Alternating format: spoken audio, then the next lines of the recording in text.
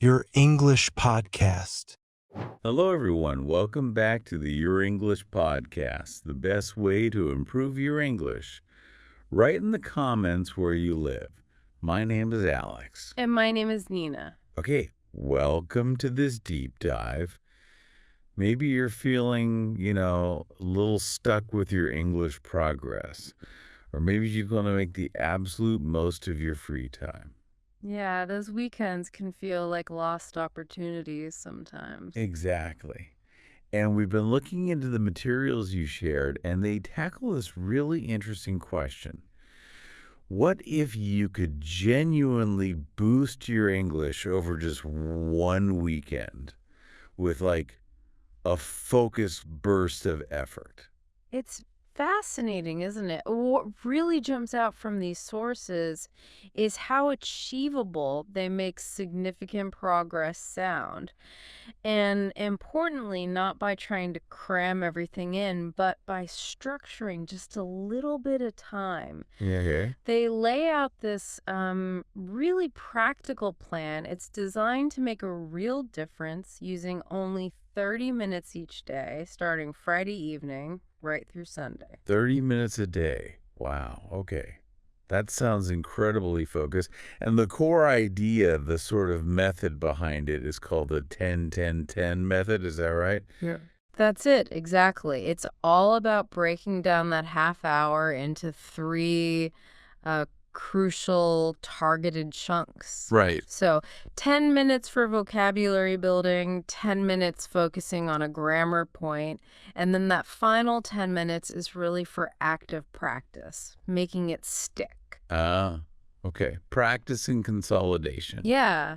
The goal isn't just, passive learning or taking in info. It's about turning that potential overload into actual aha moments, stuff you can really use.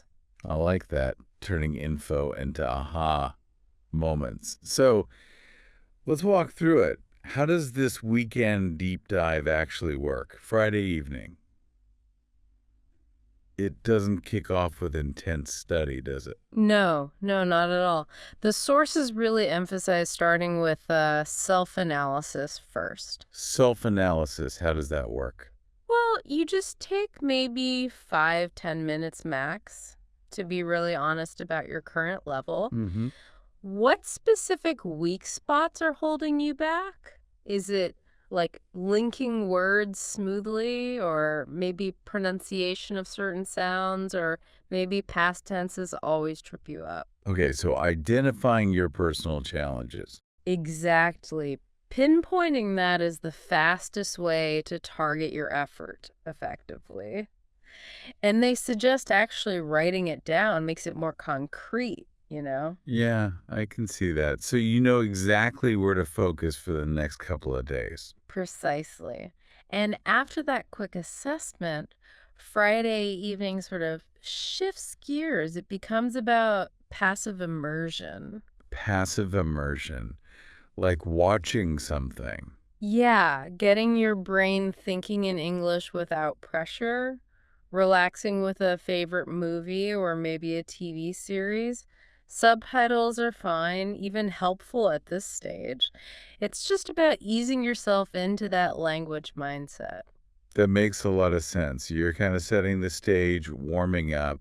Mm. Saturday morning, then, is when things switch. You get more active. Absolutely. Saturday mornings where you start building. First 10 minutes, learn maybe 5 to 10 new words or phrases. Okay. The sources suggest maybe picking a theme like going out or daily routines.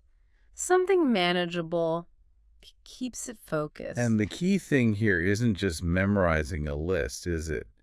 It's about using them straight away. Yes, definitely. Write a few simple sentences using those new words. Apparently, that locks them in much faster than just, reading them over and over. Right. Active recall. Then, the next part of your Saturday morning session, use it to read something short and simple. An article, maybe a blog post. Sure. But here's the critical step. Practice summarizing it out loud, just briefly. It forces you to really engage with the meaning, not just decode the words. Checks your understanding. Gotcha. So Saturday morning is vocabulary and some initial input-output practice. Hmm. What about lunchtime? Saturday lunchtime, you said, is grammar time. That's right. The sources carve out that specific 10-minute slot just for grammar. And the advice is pick one rule, just one thing that gives you trouble. Only one. Yeah, focus is key. Maybe it's the difference between since and for, or perhaps forming questions correctly, or a specific tense like the present perfect continuous. Whatever your specific sticking point is from that Friday assessment. Okay. And do you just, read about the rule, or is there an active part here, too? Oh, it absolutely has to be active. Repeat the rule structure out loud. Create your own simple example sentences.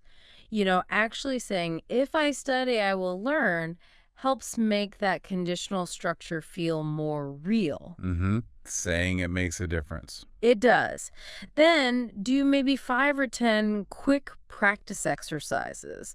You could use an app or a workbook, whatever works for you, just quick reinforcement. Okay. And here's a really good tip from the sources.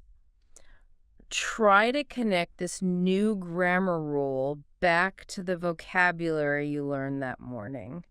Using them together is incredibly powerful for making it all stick. Linking the new bits together. Yeah. Smart. So by Saturday evening, you've got some new words, you've tackled a tricky grammar point. Now you have to actually use it all. Yes. This block is all about practical application, and the sources really, really push speaking. Speaking. Even if you're alone. Especially if you're alone. Spend your time speaking your thoughts aloud. Maybe just recount your day, describe something you see, talk about your weekend plans. The key is to actively try to weave in the new words and the grammar point you focused on. Okay, but what if you mess up? What if it sounds terrible? Well, the sources are really clear on this. Making mistakes is totally fine. It's actually part of the process. The main thing is the active use. Just trying it. Right. Don't let perfectionism stop you. Exactly. Practice pronunciation too. Maybe repeat some tricky phrases or even just numbers aloud. And they even suggest maybe writing a short text after you've spoken for a bit. It helps solidify what you just tried to produce verbally. Interesting. Sort of reviewing your own output. Yeah, and analyzing it. Even just thinking, that didn't sound quite right. Or maybe recording yourself quickly on your phone. That gives you really valuable feedback. Okay, that covers Saturday pretty intensively. Uh, Which brings us to Sunday.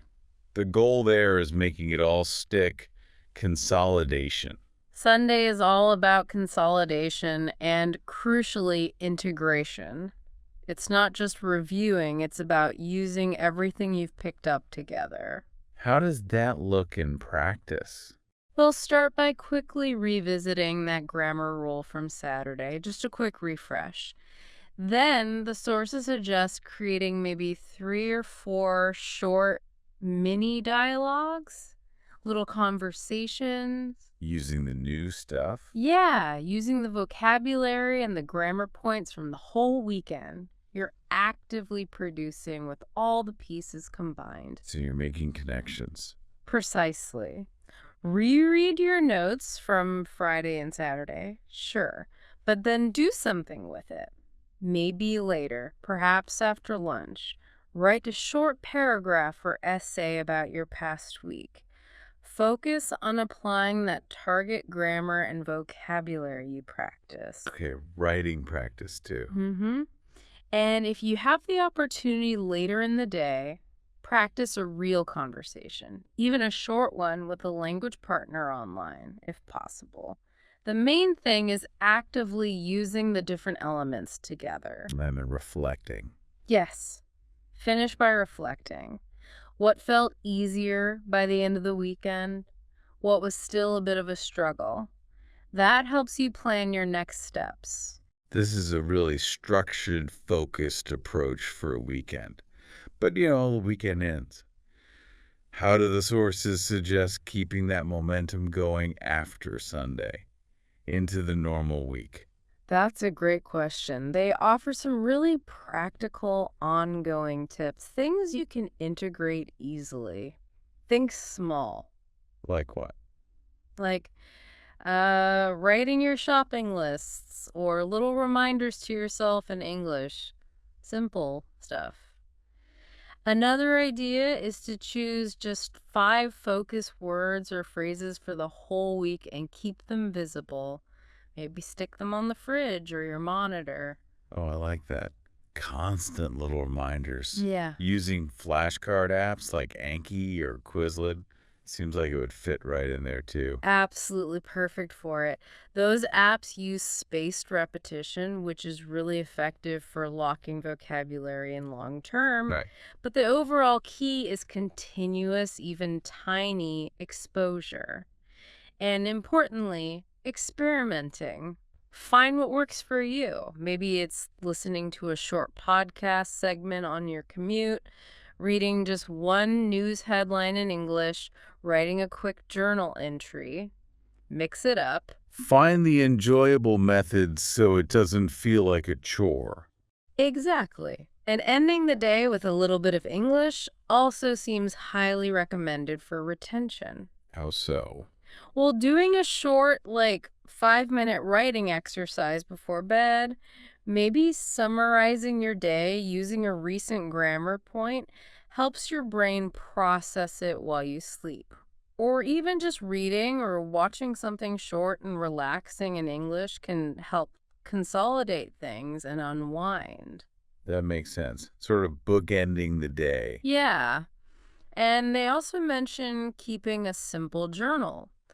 Not just for practice, but tracking your small wins, your achievements, your goals. It can be surprisingly motivating to see your progress laid out. It really highlights how consistent, targeted effort, even if it's in these short bursts, can genuinely make a huge difference over time. This structured weekend approach, it seems like a really powerful way to either kickstart your progress if you're stuck, or just give yourself a significant boost. Definitely. You can think of it like training for anything, really, like sport for the brain, as one source put it. Regular, focused workouts build strength. Your English is kind of like a muscle you're building. Consistency is key. That's a great analogy. Okay, so based on everything we've pulled from the sources today, really digging into this focused weekend plan, here's maybe a final thought for you, the listener, to consider. How could you take this core idea, these short, concentrated bursts of English practice, and make it a regular, maybe even enjoyable part of your everyday life, not just something you save for the weekend?